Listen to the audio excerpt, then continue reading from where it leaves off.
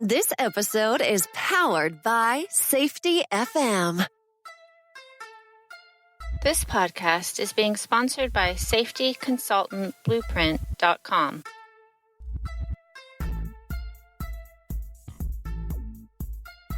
In this episode, we are going to review some tips for travel and per diem.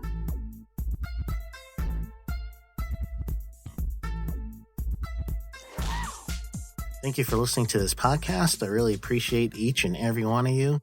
It's been a real fun time for me, and I'll just like to ask you if you could help me out by subscribing to the podcast, sharing it with some friends and families in your social network and your LinkedIn, and leave a review on iTunes. That's going to help me greatly spread the word for other safety consultants. In this episode, we are going to go over some travel and per diem tips, both how to get that in your proposal, make sure that you're getting paid for your travel, and then getting the best of your travel dollars so you can stay within your budget. So we're going to go through that. I travel quite a bit. One time I was 180 days in a hotel, and that was one of the things that helped me and my wife kind of decide if we're going to stay in a traditional house and just keep traveling where I'm going back and forth from airport to airport, or we sold our house and then we got a RV. So some of you may know we're full-time RVers. That's awesome. And we traveled together. She retired from the school system we're in Florida and started her own business. So the two of us can travel and be out. So we learned some travel tips along the way. It's one of those things that are really, really cool. And I have a little note, so I'm going to add RV travel. There is an episode on the show if you were to go back a little. I do have, I'm going to look right now because I think I have it open, but Adrienne was her name, and she was a full-time RVer when it was really awesome talking to someone else in the field as well as does full-time RVing. So that was our episode 11. So it was a live coaching with Adrienne, and we just talked about her EH&S consulting business. So if anybody would like a live coaching, just go to sheldonprimus.com/coaching. And then you could set it's pretty cool. Just look at the calendar, see what's available for you, what's available for me, get a date, and we'll do a session. All right. So let's get into the episode. But prior to that, I wanted to go through my iTunes review of the week. So this is pretty cool. I started doing this last episode as a thank you for those of you that have taken the time to not only subscribe to the show, but also wrote a little note on iTunes. So I'm doing that right now. So this review comes from Safety First. I guess it's Marcelli. So you're going to have to help me with that pronunciation. Send me an email. Say, hey, Sheldon, what's up? But thank you so much. What he says is, great show, great podcast. Really have learned a lot of the valuable information to assist in starting my own consulting company. Keep them coming. Appreciate the content. So thank you so much. I really appreciate that. And if you can and you're listening to my voice, you like what you're hearing as far as content, then please, you can send me an email, sheldon@sheldonprimus.com. So when in doubt, Sheldon. It sounds like I'm like super vain with all that, right? And so I don't know. I got to work on that. But I figured it's an easier way to just define me by my name. So that's my thought process behind all that. But if you also want to reach out to me again, you can do that whole sheldonprimus.com/coaching. All right, so let's go into the tip number one. and this is like a sub tip, everything is all going to be travel related. So when you are going to do your bid, always think about travel, and you really need to plan it out just methodically, because it's a chance that you can make extra money. However, there's a chance that you can lose a lot of money. And in some cases, it all boils down to the time and the day that you scheduled your flight. Prices, they're so volatile. That's one of the big things you really have to look out for when you're thinking of traveling and getting yourself an actual proposal when it's 3 months away, or sometimes even weeks away. So it's tricky, and it's one of the considerations that has to be fluid, but you need a safety factor.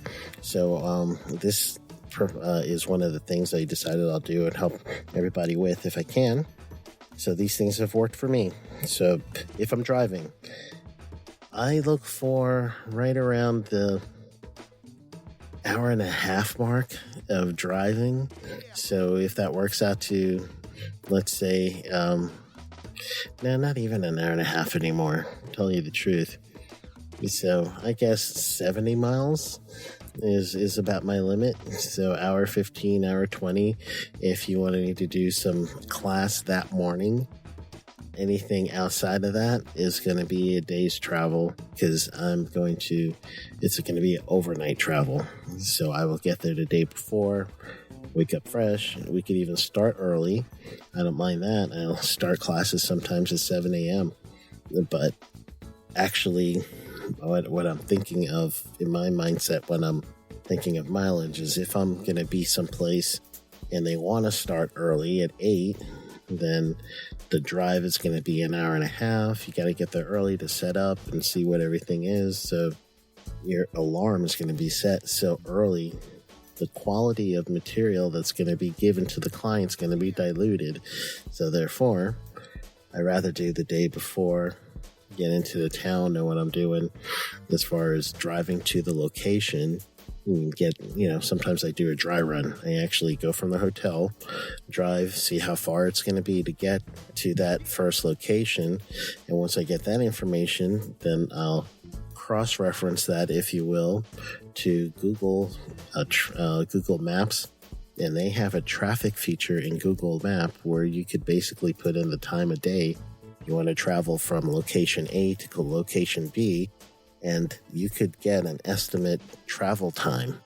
And to boot, when I get into a new place, especially if I'm going to be there for the whole week, I'm going to make my hotel my home location on my phone in Google on the maps. And then I'm going to make the training center my work for that week. So now my phone is going to alert me, telling me, hey, Sheldon, traffic is picking up. You got to leave in 10 minutes or something similar to that. So it's a good practice to have that available for you as one of your tools. Just use Google Map, and then you can also do that with your mileage, because you'll be seeing from point A to point B how much the miles are. And you could put this in your proposal, because ahead of time you're simulating what the drive is going to be.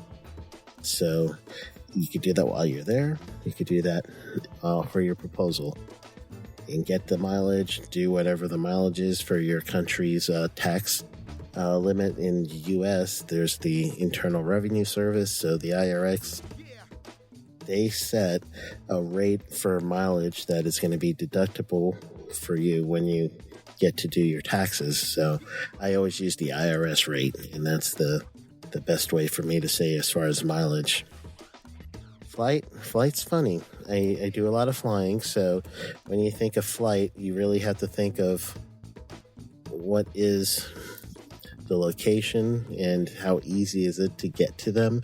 And of course, you have to be, if it's international versus domestic for you, and that's always a consideration. If it is a domestic flight, let's start with that before we think international. the best time to buy tickets is during the beginning part of the week, like a Tuesday or Wednesday. It's usually been the best. I know there's probably some experts and videos out there you look at, but in my experience, if I could buy a ticket early in the week, I'm good. It's going to be cheaper than if I wait until Friday or Saturday. God forbid you wait that long, you get down to Saturday. And at that point, you may be paying an extra $100 for a ticket you would have been able to get cheaper if you just planned on Tuesday or Wednesday. So it's really ridiculous. I don't know why that's a thing, but unfortunately, you got to think about that too, because that's going to affect the cost of your travel and your per diem.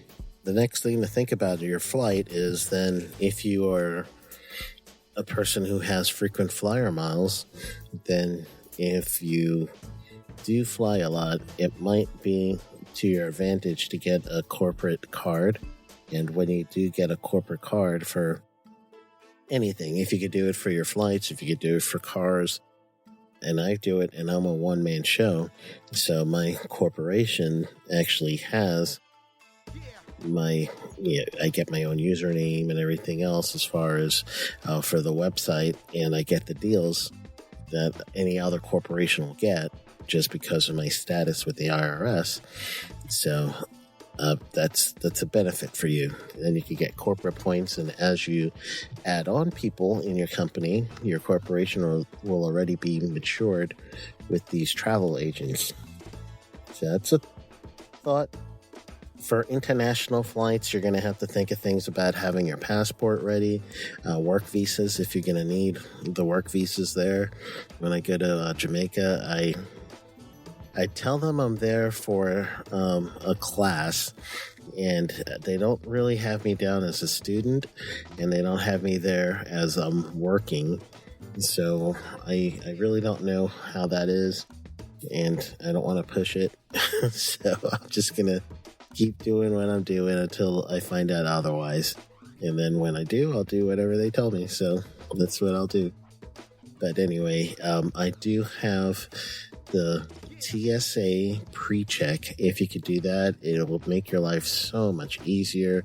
That's you go through the process of filling out extra paperwork so that the government they have a way of seeing that you are a little extra safety related. I don't know how to really say that, to the fact that they know that they can find you if they need you and that you're a safe bet. So they give you this TSA pre-check, and you go into a different line in the airport. So it's a certain type of security clearance. And it's great. I can't tell you the last time I had to take off my shoes to go through domestic flight. International, yeah, you do, but for domestic flights, and it's awesome. The shorter line, it's really cool. So I would do that. Globally, you're going to want to get what is called the global entry. So it's through the State Department in the U.S., and basically when you get to another level of security at that point. And now when you're coming back from any place international, you have your own line. So you basically bypass everything. Your customs is shorter. And it's just because you've earned a little level of security because you've gone through a few extra things for them to make sure they can identify you. So it's good. I like it. It makes things a little bit easier for me. And so therefore, I'm going to do it. And I know there's another system called Clear. I'm not too sure how that works, but I've been seeing them every time I've been in the airport. So I'm thinking about it. The next thing is the hotels. I use hotels as little as possible. I really like Airbnb. I know some people still have something hung up about staying in someone else's house for a week, or I've even stayed in a room before in Denver once, and it's kind of cool. You really get to meet some people, especially if you're doing the room thing, and you could choose your interaction. It doesn't have to be where you're going to talk to someone when you're there. But in some cases, you jump in and, you get to talk to someone. It's kind of really, really cool. But then when you get your whole place, and I like the entire place better because for me, I stretch out, I go into different rooms. I hope I could bring my family with me. So at sometimes, maybe my kids are there with me, or sometimes my wife's with me. So I like that better. So that's just a personality thing. So I do travel now again a little bit more, but when you're in an RV, so for those that are in a full-time RV, there are some state parks that are close to training locations or not too far from a business district, so you could get out of the business, you could park, and you're, of course, looking for full hookups, especially if you're going to be someplace for any length of time. So most state parks are going to have at least one or two if you plan ahead of time. But if not, then you could benefit from joining some of those RV travel clubs. There's a few of them out there. We belong to a few. There's even some where you could stay for overnight for free. And those places are awesome. You're kind of staying at a winery, or you're staying over someplace. So it's really cool. You can look into it and just plug into the RV community, or send me an email. I got a list of a bunch of names. If you're into that, you can follow my wife and myself. We are on Instagram, Beyond Boundaries RV, and that is where you can find all that stuff and send me any questions you may need answered on that way. So that's my lodging, what I do for lodging. And if you are RVing, you're going to get the best rate at that because you're bringing your house with you. And so all you really need is hookups, and sometimes you could go dry docking, so you could even be cheaper for you. For food, most people break it up the same way that they do if you're going to go and your company sending you out somewhere. They'll give you a breakfast, lunch, and dinner per diem. So breakfast is generally from like $8 to $10. Lunch is anywhere from like $10 to $15. And then dinner is probably from $15 to $25 because that's the most expensive meal of the day. So either way, I would plan right around $50 a day. And this is all US dollars, so our economy is different. I know when my son, he just came back from, he just wanted to hang out in Hoi An, Vietnam with his cousins there, and they had a blast, but he was just showing me pictures of things that were so cheap in relations to the price you're paying in the U.S. for some services. So wherever you're listening to me, these dollars will have to work for you. And so just go ahead and do the math, carry the one, whatever you got to do to make sure that apples are apples in your situation. Moving on, I do have a little note on cars, because sometimes you may have to rent a car, and it definitely pays to join one of their corporate services to rent a car, because sometimes you'll have promotions that will not be available for the individual person renting a car. So it's beneficial for you to get into those corporate programs, especially if you're going to get a car. Most of the time, I can't say about car rentals what day of the week it's get best. I really don't know, but I would say there are discrepancies sometimes between the corporate office and the neighborhood branches.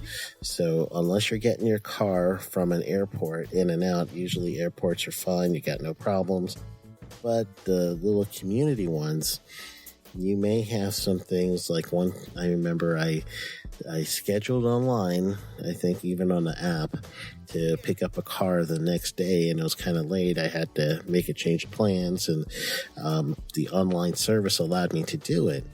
So the next day when I get over to the neighborhood center, they actually had no more cars, like 0 cars were on the lot. So I'm trying to explain to them, hey, you guys let me do an actual reservation. Shouldn't you have cars or not, or say the reservation is full? And, it doesn't work that way, apparently. Maybe there's something I know, about physics and logic and supply and demand, but I don't know. So that was what happened. So I would always plan ahead for something like that at all possible. If you're using Lyft or taxi or Uber or one of those ride-sharing services, then that is a cost you'll have to factor in. If you're going in New York City and you have to go all around the city, for all 5 boroughs, get the Lyft. Get the rental. Get the rental because Lyfts and Uber and even, if you could do the actual passes to do subway, that'd be great. You'll save money that way, but you'll have to have your Metro card. But if you don't have a Metro card and you're going to rely on any kind of transportation from Lyft or Uber to go from the city to a place like White Plains or Scarsdale or anything outside the city, plan on dropping about $60 minimum just to get to where you need to go, in some cases more. So, you do the math, and pretty much if you're doing that every day, you would have paid for the rental, and you might as well do that and give yourself more freedom. So think about that when it's time to price that in. I would like to say I'm going to try to put some of these tips together, and if I do it, I'm going to have it on sheldonprimus.com/travel, and these travel tips, I'm going to try to categorize it maybe in a post, or you know what? I can actually put this that you're listening to on that page, and then I will also put in like some links or something for places that I like to go to, especially like Airbnb. You start doing that, you're gonna love it. It's gonna be so much of a different travel experience for you that you won't be stressed out. You could do a very good presentation or client meeting or anything because you're feeling rested and you're not hearing neighbors and elevators going all over the place or any of the quirks that you would see in hotels. So I'll still be in a hotel. I'm not going to bash them all, but I do like the Airbnb experience a lot better. So, okay, that is it for the week. Don't go away because we're going to do the tip of the week. As a reminder, if you're in the Denver, Colorado area and you want to come out and you want to see a road show, you're going to have a chance to have me and Dr. Jay Allen and from Safety FM. And we're going to do a Safety FM roadshow together, the two of us. We're going to do the first 2 days. I'm going to give OSHA compliance through the eyes of a consultant. So we're going to do several sessions related to that, and it's going to have Q&A too. So at the end of each session something comes up, we're going to clarify it right there, so you'll have a chance to take this back to work or to use it as a something for your client right away. So that's the first 2 days. The second 2 days, Dr. J. Allen's going to go over the human organization performance, HOP. So he's a HOP guy, and he's going to give you day 1 introduction to HOP. Day 2 will be HOP fundamentals. And then on Friday, we're going to try something really different. We're going to do a roundtable on Friday. In the roundtable, we're going to talk about compliance. We're going to talk about safety and how each of them is administered. And the whole thing is called the EH&S Compliance Culture Shift. So that's going to be in Denver, Colorado at the Colorado Safety Association. And that's in Denver, and it'll be September 23rd through the 27th. So September 23rd through the 27th. If you want to register, you could go to neosti.org, neosti.org/safetyfm. So go ahead and you'll get CEUs for this as well. So if you need CEUs, you want to challenge yourself in the way you build your own safety career, then go ahead and get signed up for this one. You'll have a blast. It'll be fun. So, all right. I will get you in a little bit with the tip of the week, so don't go yet, and we'll come back. And this little tip will be really helpful for you, and it's practical.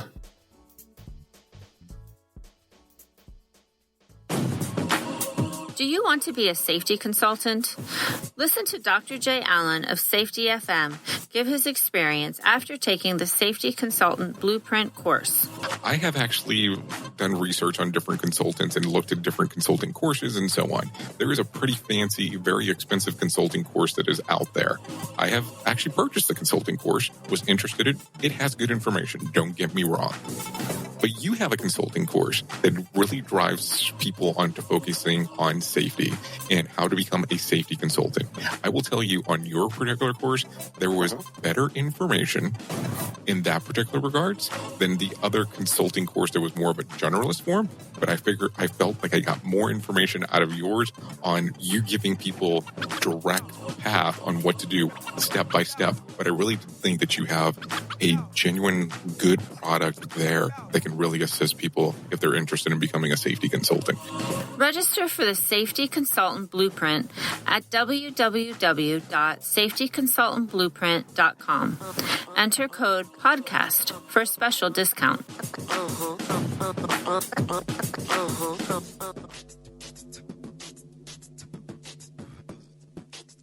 The tip of the week.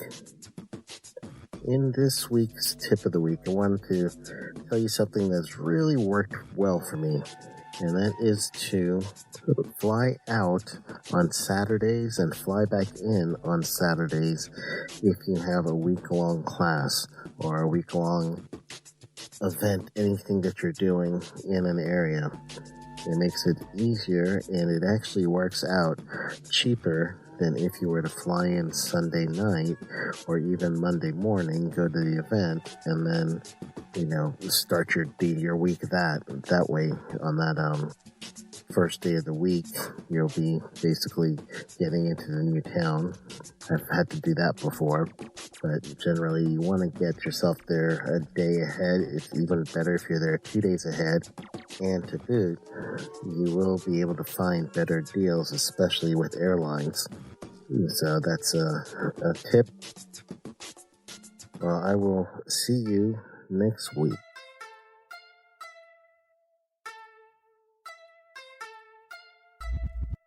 This podcast is being sponsored by safetyconsultantblueprint.com.